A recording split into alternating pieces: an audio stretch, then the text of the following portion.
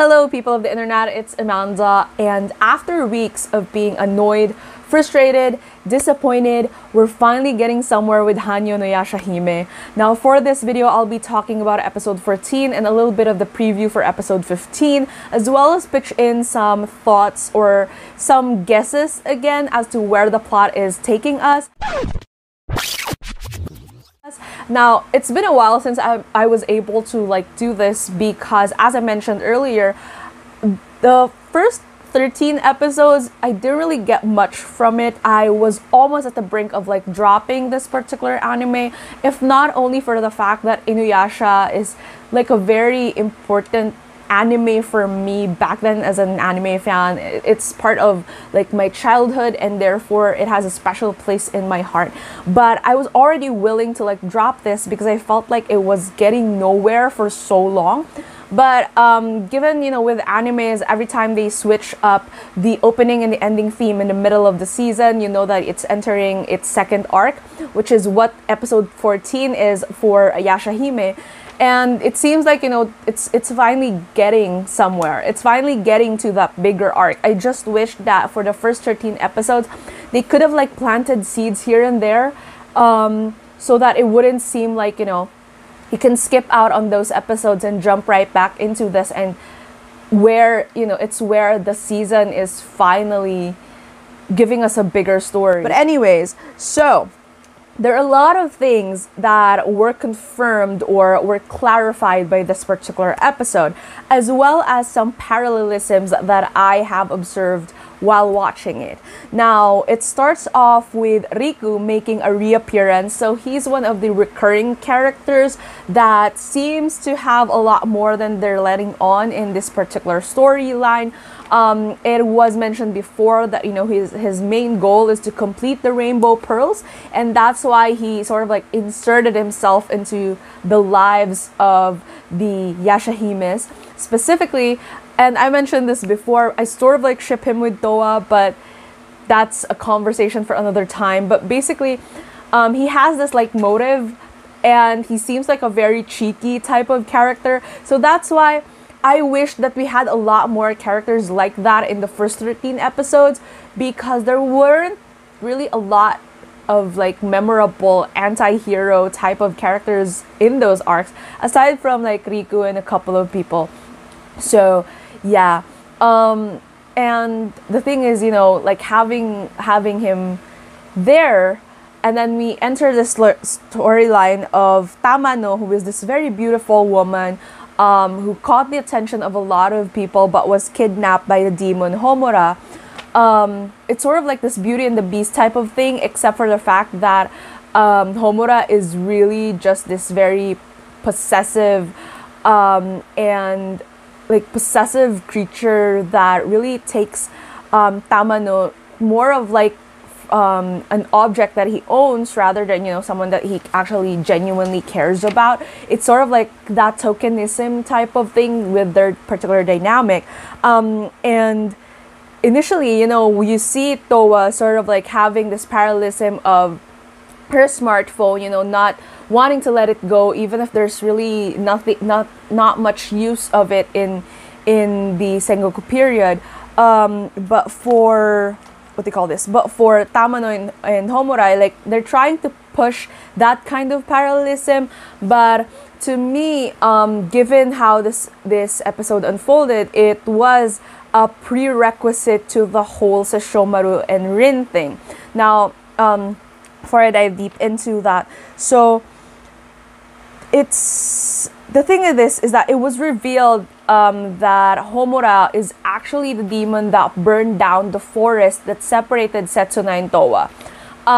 Initially, I thought that they were just going to I thought that the reason was going to be so lame, it wasn't connected to anyone at all, and the forest fire was sort of an accident and anything like that. So I was really happy that it took a turn, showing us that apparently the forest fire was sort of commanded by this other demon, Zero, this female demon, Zero, who we've been seeing behind the scenes in the past couple of episodes, who's been sort of the puppet master for the other smaller demons that the trio has been fighting.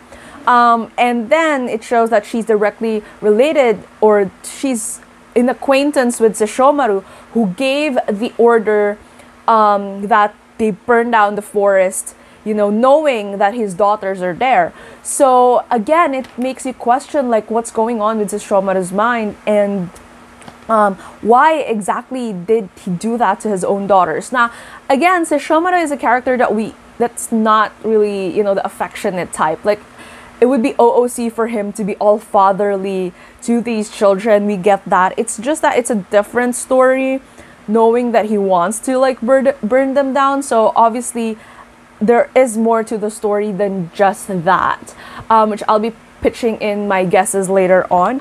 But the thing with this is that it seems like Riku himself also knows something about Sesshomaru and his relationship, and the relationship between Towa and Setsuna, and this entire, father-daughters dynamic.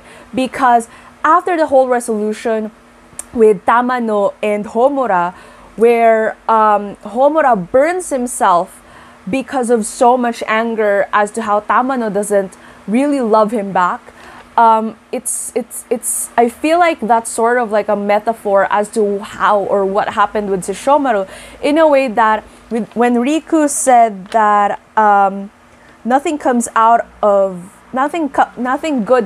of loving a human, even for the great dog demon Sesshomaru. So it means that, one, yes, Sesshomaru fell in love with Adult Rin, which was confirmed in the episode 15 preview, and maybe the parallelism between Homura and Sesshomaru is that when he did so, he burned himself into this bigger problem that he was not able to take control of.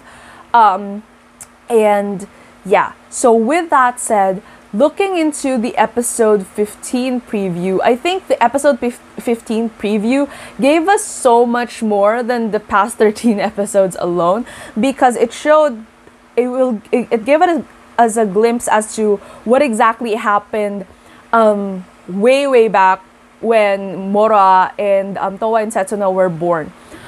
So it shows that there's this big catastrophe that was happening, and Sesshomaru and Inuyasha had to work together to make it to solve it. But in my guess, it was such a big problem that we've been given these sort of like hints that the great powers of the East and West, Sesshomaru on one hand and Kirinmaru on the other, and maybe that sort of balance was needed so that they were able to like solve this problem. That's why in the preview we see Kirinmaru sort of like saying that, why was he awakened? And maybe Sesshomaru and Inuyasha was responsible for that, because they needed someone who's of equal power with Sesshomaru so that they were able to like solve the problem. It's just that Kirinmaru posed to be a bigger problem than their initial problem. I'm not sure if you're catching on that, but I hope that you do, because basically that's the biggest thing that I can think of. And Sesshomaru might not, maybe he has anticipated that it was going to be a big problem. It's just that he wanted to prioritize saving maybe Rin in the process, and he didn't know, and it had all these like other consequences that he didn't foresee. Now, as for his children, having the forest burn and everything like that, I feel like there's a bigger cause to it.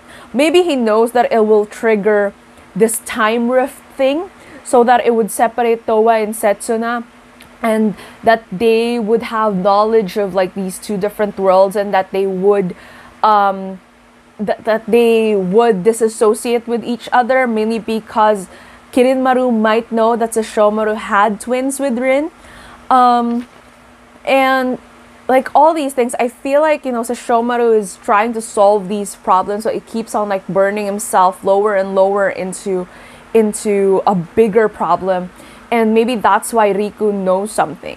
I also feel like, given that the episode for next week it has this like phenomena surrounding it of like the lunar eclipse and everything, maybe that's where the rainbow pearls came from, and like just all these other things. Actually, it's kind of like still confusing at this point, but it's interesting because it sort of like confirmed a couple of things for us. Number one, Rin, definitely the mother of Sesshomaru's children.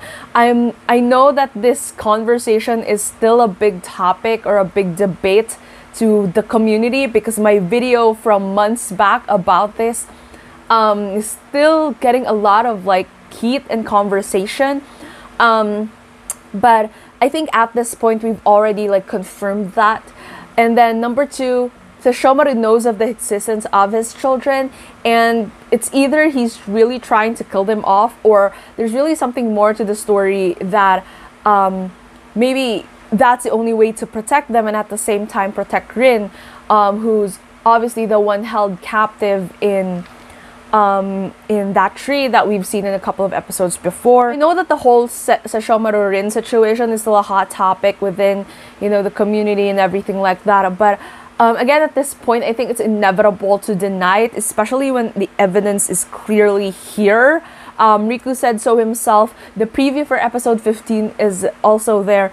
And the parallelism maybe between Tamano and Rin will also be, you know, established later on in the next episodes, when, you know, maybe Rin, given that she grew up in the village with Kaede, maybe that's also like her, you know, with everyone sort of like seeing that she's grown into this beautiful lady, but her devotion to Sesshomaru and Sesshomaru also being affectionate over her, like that's sort of like this human demon relationship was what is being seen here with Tamano and Homura's parallelism with them.